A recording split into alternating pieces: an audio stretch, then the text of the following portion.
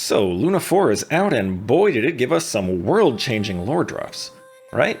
Did it? Well, let's review and see what we learned and maybe see what new theories we can formulate. Spoilers for everything up to and including the Luna 4 story, of course. So, we've got time travel. Even more than last time, kinda. Most people would call it time travel, but it's important to distinguish different types of time travel because the effects they have on a story are miles apart. The one most people think of is probably Back to the Future. This is a mutable single timeline where going into the past actually changes the future, and you can potentially keep going back and forth and tweaking things. And in some cases, like the movie Looper, you can witness the effects of changes in real time. Then, the other most common one is alternate realities or branching timelines, where it's kinda the same except when you change something, you don't change the future, you create an entire alternate reality with your new changes, and the old one continues on without you like nothing happened. Rather than being able to witness changes, in some stories you can actually travel between timelines. The last type is less common only because it's the hardest to pull off, and that's closed-loop time travel, where if you go back to change the past, you don't actually change anything because everything you do in the past had already happened and been factored into the present that you came from, generally without you even realizing it. There are movies where it's literally the premise, and the characters use it to their advantage, like the movie Tenet, where a whole secret organization is built around utilizing closed-loop time travel. Another paradox that can arise is the bootstrap paradox, which is when you cannot trace an event back to a point of origin, because you just keep getting put back on the same time travel loop if you try. I remember the Ashikai video about the spaceship keys talked about that happening in Genshin, and this may or may not be another example, because I still don't know what caused the physical Columbina to be born 500 years ago. If it was caused by anything that the future Columbina did, then that's a bootstrap paradox. One thing I'll say is that a lot of people noticed that Columbina's and Thelindis' eyes are pretty similar, and Columbina would have been born around the time Thelindis fell into the Moongate. Might not be anything there, but something to think about at least. In any case, the time travel here is not something the characters have control over. We have the normal world, and then we have the prison world, the moon's reflection, where time flows backwards, and Columbina is only able to cross over at specific meeting points because she left a piece of her soul back in the normal world. The moon's reflection is also interesting to me because it's a prison created by Nibelung to contain the Moon Sisters. If you consider that these are beings with power over time, it makes perfect sense that a prison he creates to house beings that he also created would lock them not just to a point in space, but also to a point in time. To Rerir and Thelindis, they get stuck because it mostly ignores them. But for the Moon Sisters, including Columbina, it forcefully drags them back to that space and time, so they all meet up at the end. Or the beginning, rather. Then we're once again reminded of the 4 Samsaras, or the 4 cycles, and the thought that there will not be a 5th one, implying Teyvat isn't going to last much longer. That's all tied to the business of calculating the fate of the world using the world formula. But ultimately, the whole point of Traveler being a descender is that we can alter the fate of the world. Either way, I'm sure this won't become a main plot point until the final acts of the whole Teyvat storyline. One thing that stood out to me was when Columbina met the Moon Sisters. When they described history, they clearly said that the Heavenly Principles wiped out Hyperborea before Nibelung got back to Teyvat. Until now, I assumed that revolt started by the Voyager and the First Angel in Hyperborea was maintained through the War of Funerary Flame and they were all put down together. But now it seems like the timeline is that the revolt was ended 30 days after it started, and the sudden disaster mentioned in Records of Druyan was not the War of Funerary Flame, but simply the Heavenly Principles destroying Hyperborea. The big implication here is that the Voyager is not the second Descender, because the second Descender was involved in the War of Funerary Flame, so I guess it's just Nibelung after all. Now let's talk about Dottore. He likely wasn't nearly as powerful as he was claiming, as he did not actually have the authorities of the 3 moons. Those were locked inside the Frost Moon. What he did have were 2 moon Marrows, which are basically infinite Kuvaki batteries, kinda like how the Gnosis are sources of massive elemental energy that a powerful enough wielder can draw upon. Dottore likely spent decades figuring out how to do just that, to the point that he could forge a 3rd Marrow out of the other 2. So he could use them to do a lot, but when Columbina pulled up with the true Trilune authority, Dottore had no chance. One thing some people wondered is why didn't the Shades step in to stop Dottore, since at the time they would be the only ones with power to rival him? Well, that's easy. Istaroth can see the future. She knew we were going to stop him, so she told the others to just sit back and watch the show. One of the most amusing parts of the Archon quest to me was Dottore trying to get us all to uninstall Genshin Impact. Bold move to have a character in the game literally talk about how boring the daily gameplay grind is. There's a guy in Sumeru who pays me to jump on bouncy mushrooms, dude. You do not know the half of it.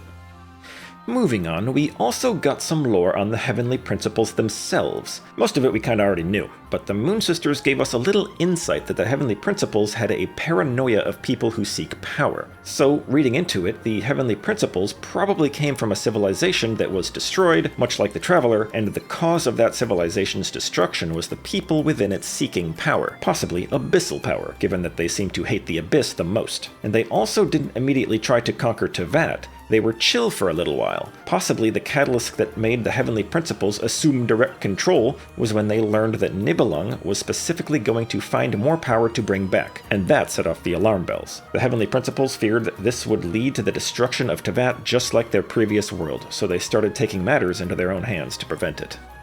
Let's get into some of the bigger lore implications of the ending. The moon is now inside the firmament, which lets us know just how massive the firmament is. It doesn't just envelop the planet, but it also extends so far that it encompasses lunar orbit as well. We get an actual view of the Teyvat world map laid out on the planet, though all the parts we haven't visited are in shadow, so we don't get too much info there. Though we can see that the part of Teyvat ruled by the Seven is only about half the planet, so the Dark Sea is quite large. There could be all sorts of wild stuff out there that we're not aware of. It's still within the firmament, obviously, so still within the domain of the Heavenly Principles, but for whatever reason they did not include the Dark Sea in the domain of the Seven.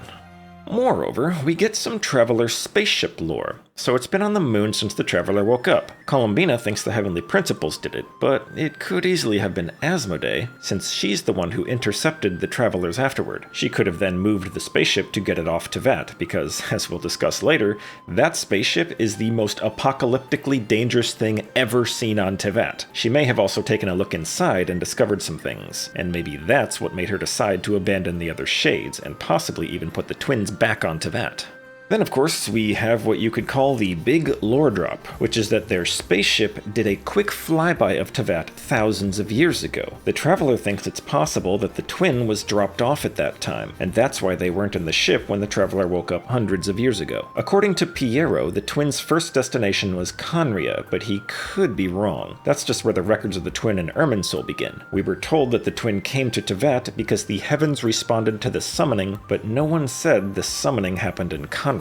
It could have happened thousands of years ago. It's a possibility, but we just don't know. The time that the spaceship did a flyby could have been while Nibelung was still here, before the Heavenly Principles got here, during the War of Funerary Flame, or any time up to the Archon War. That said, since it's confirmed that the ship visited Teyvat twice, thousands of years apart, who else do we know that visited Teyvat twice, thousands of years apart? The Voyager. After thinking about it, I don't actually think the Voyager is related to the twins, but you never know. And the final moments of the quest give us something else. The Act 8 completion screen appears a second time, and this time it starts glitching. Everyone wants to know why that's happening. Most people seem to think that it's a sign that Dottore is still alive. I'm not too sure about that. To be clear, I am sure that Dottore is still alive, because multiple other things foreshadowed that throughout the quest. Firstly, the start by having us confused that he left to go to Snezhnaya, but then secretly came back to Nod Cry. That's literally the exact way they introduced his segments to us in the first place. Then, during the quest, Wanderer casually reminds us that Dottore had segments that were based off his own puppet body. Then at the end, Wanderer tells us that even though Dottore is dead, he still feels like there's a chip on his shoulder. Sure, Dottore told Nahida that he destroyed all his other segments, and if we assume he was telling the truth, he still could have made at least one more since then. Or, consider this, there's probably an original Dottore out there who is not a segment at all. So when one segment deletes all other segments, that still leaves the original Dottore plus this segment, and he still technically honored the deal. And also, we haven't seen him burn down Irminsul yet, which the developers pretty much confirmed is a future event. I think it's pretty clear we haven't seen the last of Dottore. Is the glitching end screen yet another hint? Maybe, but I think it's something bigger. I think it's an indicator that Teyvat is starting to fall apart. So many things have been done at this point to overthrow the system that the Heavenly Principles created that it's losing stability without them being awake to take measures to fix it. Speaking of people still alive, how about Sandrone? A lot of people think that the 6th invisible teaser character standing in the water is Sandrone, and the reason she's invisible is because the devs didn't want to spoil that she's not dead permanently. Cope?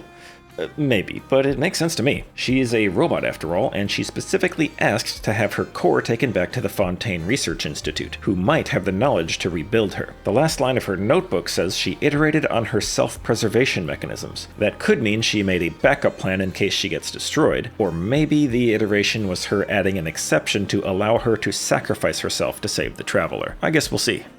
Oh, and how about that PAIMON lore drop? Yeah, once again we learn absolutely nothing about PAIMON. I had hopes for something when she randomly decided not to go with us to the moon. Surely the only reason the writers would do that is if there was something there that PAIMON couldn't see without forcing them to drop more lore than they were expecting. Hang on, maybe that's exactly the case. What if PAIMON coming into contact with our spaceship would have changed everything? Huh, I covered everything in the Archon quest, so why are there still several minutes left in the video? Let's get to the actual biggest lore drop in the entirety of Nod Cry, if not the whole game up to this point. The description of the Traveler's new outfit.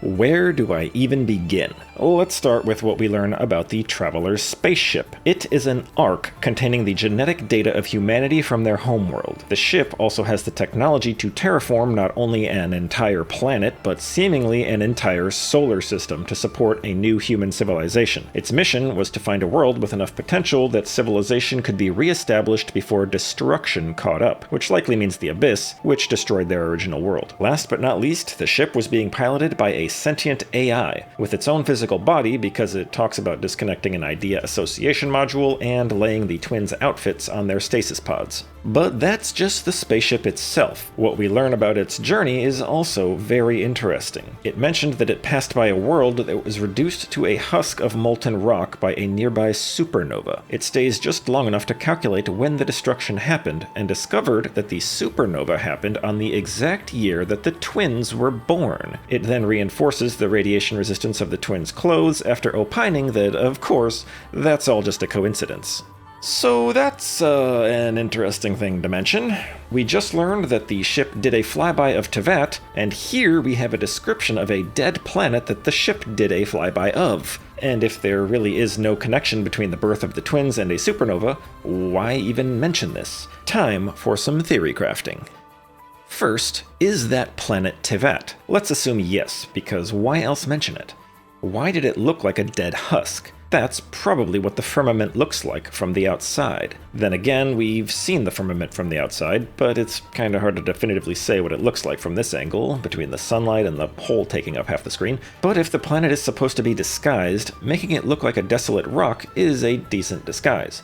Next question. Why did it say it was destroyed the same year the twins were born? Likely the Heavenly Principles would have had to specifically design the firmament to return that result when scanned.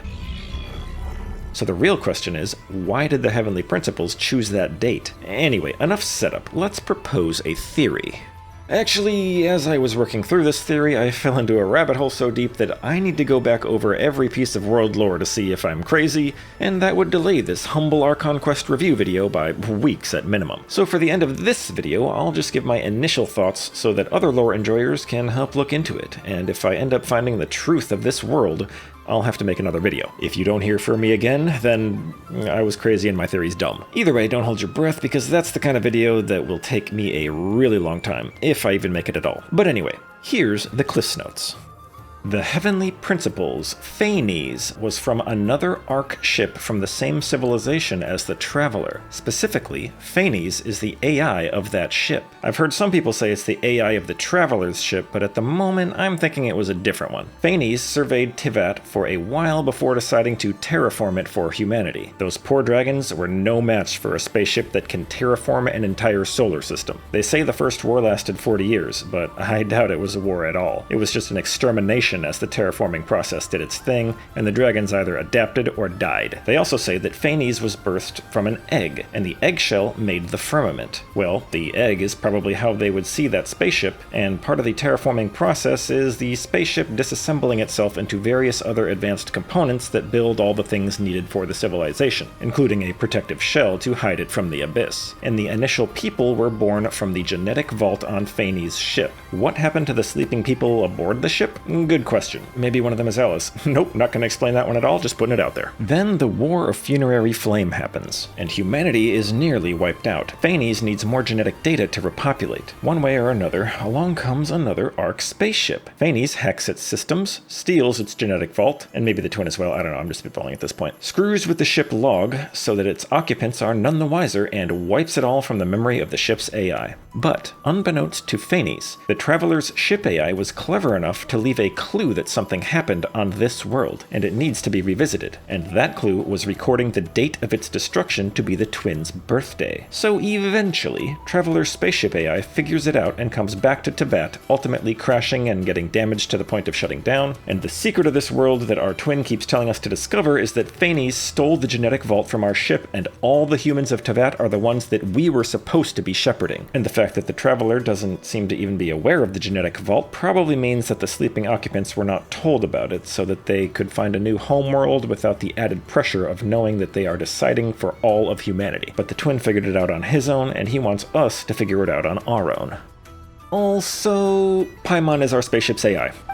That's why the writers didn't let her go to the moon, because she would have regained full memories and power if she was allowed to interface with the ship. The sleeping occupants of each ship might not have known about the AI either, I don't know. Also, every Descender is probably someone from our homeworld, and the special thing that makes them a Descender is that they have authorization to command the spaceship AI, including Phanes, if they find out what it is, which would effectively let them control the world. Phanes doesn't want that to happen, but it also can't kill them because it was designed to serve them, unless they pose a direct threat to the world, like the third Descender did when they tried to open the gates to Pohola, aka the Abyss, and the second Descender did when they waged a war, which would mean the second Descender wasn't Nibelung, and instead was someone we've never heard of. And the twin isn't a Descender because only one person per ship can have full control of the AI, and it happened to be the Traveler. Oh, and the thing about 4 cycles or Samsaras and the world formula, that's probably a reference to the fact that all human genetic vaults are now used up, so no new humans can be created if the existing ones start dying off again in another catastrophe. Okay, I said Cliff Notes, and that's the Cliff's Notes. In order to actually support any of that with evidence, like I said, I'm gonna need to do some more research, and I might ultimately find out that I'm just being stupid. But maybe not. Either way, I hope you found all this interesting, and maybe it helps you come up with some theories of your own. But I think it's time to wrap this video up and start planning the next one. Thanks for watching, and feel free to subscribe if you like what you see.